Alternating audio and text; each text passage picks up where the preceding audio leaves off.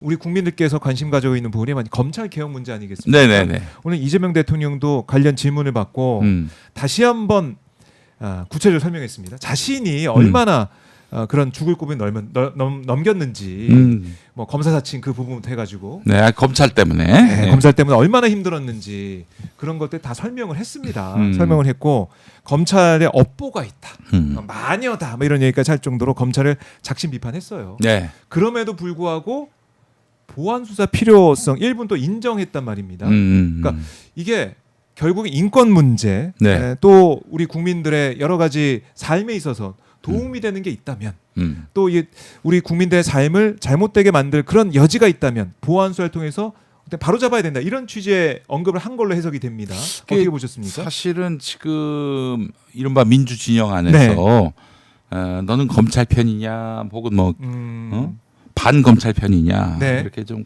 갈라져 가지고 다투는 경향이 있는데 이재명 대통령 원칙은 이거예요. 뭐 검찰에 가깝냐, 혹은 뭐 반대하느냐 이 차원을 넘어서서 네. 이게 소수의 정치 검사 때문에 그 검찰에 대한 불신이 야기됐고 네. 이로 인해서 국민들이 수사를 받는 과정에서 아하. 불이익, 부당함을 경험하게 되면 안 된다. 이런 얘기죠. 말하자면은 이제 결국 뭐 중수청이든 네. 경찰이든 수사를 받는단 말이죠. 이제 그래서 수사상 뭔가 좀 유죄로 보인다라고 판단됐을 경우에는 네. 공소청 넘어왔을 때 공소청 검사들이 판단해가지고 기소 여부를 결정한단 말이에요. 되겠죠. 근데 수사는 결국에는 공소청 아닌 다른 수사기관에서 한단 말이에요. 네. 근데 그 수사가 잘못됐다. 경찰이든 뭐 어디든 이제 잘못됐다. 부당한 판단을 내려서 왔다 네. 그랬을 경우에 그러면은 이걸 갖고 판단한다는 것은 좀 부족하지 않는가? 또 국민들이 피해를 볼 수도 있기 때문에 보안 수사권을 그 말하자면 공소청이 가질 수 있는가? 그 부분이 좀 제일 큰 쟁점이기도 하죠 지금은. 네, 근데 오늘 이재명 대통령으로서는 그 견제 없이 네. 일방에게 힘이 쏠리는 수사권 전권을 갖는 이런 구조가 도리어 어떤 부당한 네. 결과를 낳을 수 있지 않겠는가라는 염려가 있는 것 같아요. 인권 보호와 권리 구제 네. 이게 우리 네. 국민들에게는 중요한 부분이니까. 그리고 또 이제 지금 어제 조상호 법률보좌관? 법률보좌관 이제 정성호 법무부 법무부장관의 보좌관의 말에 따르면 네. 지금 그 공소청에 주려고가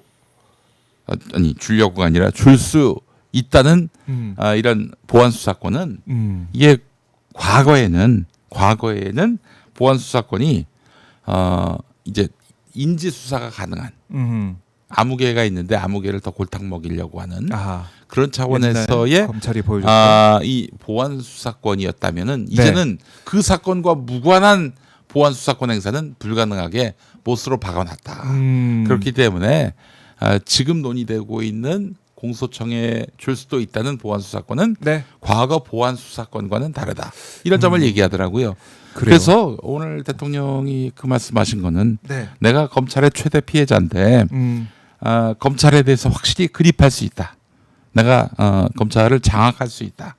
이런 자신감의 표시가 아니었나 하는 생각이 드는데. 볼 수 있겠네요. 근데 이제 사실은 지금 이재명 대통령 지지율이 60%인데다가 그 어떤 리더십에 힘이 되고 있는 뭐 경제 지표, 대표적으로 코스피 지수가 뭐 5천에 육박한 이런 구조로 봤을 때는 지금이야 힘이 있지만 조금이라도 이재명 대통령의 뭐 지지율이 떨어진다든지 이럴 때 이런 적폐 검사들이 다시 또 발호할 가능성이 있지 않겠는가 염려하는 시각도 있단 말이죠. 있죠. 예, 그래서 이 부분과 관련해서는 아주 심층적인 논의가 필요하다. 그렇습니다. 심층 논의가 필요하고, 그러니까 공소청의 보안 수사권을 부여하는 게 문제에 있어서 이재명 대통령의 생각도 뭐냐면 안 하는 게 맞다고 생각한다. 오늘 또 이렇게 강조를 했어요. 그러니까 안 하는 게 맞다. 공소청에다가 보안 수사권 주는 것은 부여하는 문제는 안 하는 부여하지 않는 것이 맞다. 그게 이제 기본적이다라는 건데 그게 이제 어떻게 보면 수사권이 없는 그러니까 어떻게 보면은 보안 수사권을 통해 가지고 또 검찰의 그 마녀라고 언급됐던 검찰의 그 과거 행태를 반복할 우려가 있기 때문에 국민들이 우려하는 게 그거 아니겠습니까? 그러니까 보안 수사권 이 문제 그러니까 안 하는 게 맞다고 생각한다. 다만 예외적으로 필요한 경우가 있다. 음. 공소시효가 이틀밖에 안 남았는데 보안 수사가 전면 금지되면 어떻게 할 것이냐. 음. 특수한 경우 검사의 직접 보안 수사권을 허용할 필요성을 일부 이제 인정하는 그런 언급이다 이렇게 해석될 수 있는 여지가 있는 상황을 말하고 있는 거예요. 네. 그렇기 때문에 이걸 어떻게 지혜롭게 이 음. 문제를 그러니까 보안 수사권이 없으면은 경찰이나 이런 데서 하고 끝내버리면 오히려 더 억울한 사람들이 생길 가능성은 어떻게 그렇죠. 또 방지할 것이냐. 네. 이 문제를 풀어야 되는 것이죠. 네. 그러니까 보안 수사권을 안 주는 게 맞다라는 그 원칙은 또 이재명 대통령이 얘기를 했습니다. 근데 우리 국민들의 권리 구제, 인권 보호 이 방편을 마련해라. 또 다시 또 국회 논의 과정을 지켜보겠다는 거예요. 그러니까 결국에는 제일 좋은 방안, 그러니까 100% 이게 진짜 옳은 100% 방안이야. 이런 건 없을 수도 있는데 최대한 우리 국민들에게 도움이 되는 방안을 어떻게 만들 것이냐. 검찰의 권력 다시는 행사하지 못하게 만들고 이거 찾자는 거죠. 대통령의 생각은. 이게 참 너무 안타까운 게 뭐냐면은 뭐 이렇게 검사들에 대한 우려가 큰 상황에서는 경찰이 상대적으로 정의로운 집단으로 보이는데 여러분 그 일제 때 독립운동가 잡으러 다닌 사람들이 오늘의 경찰 순사들이었어요. 이 순사의 뒤를 잇는 경찰들, 네. 친일 순사들이 많았거든요. 순사 출신들이 많았거든요. 네. 그들의 패단이 너무 심각하고 또 그들이 4.19 때 국민들한테 발포를 했던 당사자란 말이에요. 그래서 이런 경찰의 힘을 깎기 위해서 네. 그때 검사들에게 힘을 좀 힘을 키워주는 실어줬다가 예.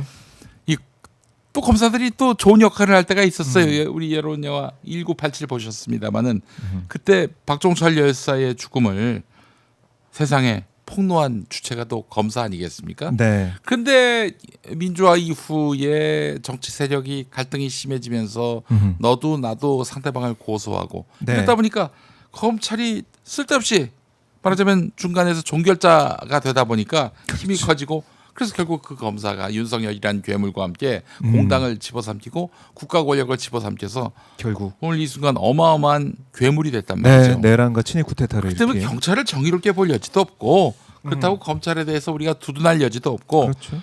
둘 다 서로를 견제하게끔 만드는 것이 네. 필요하다. 네, 아하. 그것이 바로 이재명 대통령의 뜻이 아니겠는가 이렇게 판단합니다. 그렇습니다. 다시 한번 이재명 대통령의 발언을 소개해드리면 정부안이 완성된 안이 아니다. 당과 국회, 정부가 국민과 함께 토론하고 그 결과를 전문가들이 검증해서 이 10월, 그러니까 경찰청 폐지 시점 10월까지 여유가 있으니까 서두르다 체하지 말고 충분히 의논하면 좋겠다 이렇게 당부를 했습니다. 결국에는 이 말 속에 이재명 대통령의 말씀 속에 다 담겨 있는 게 아닌가 이런 생각할 수가 있어요.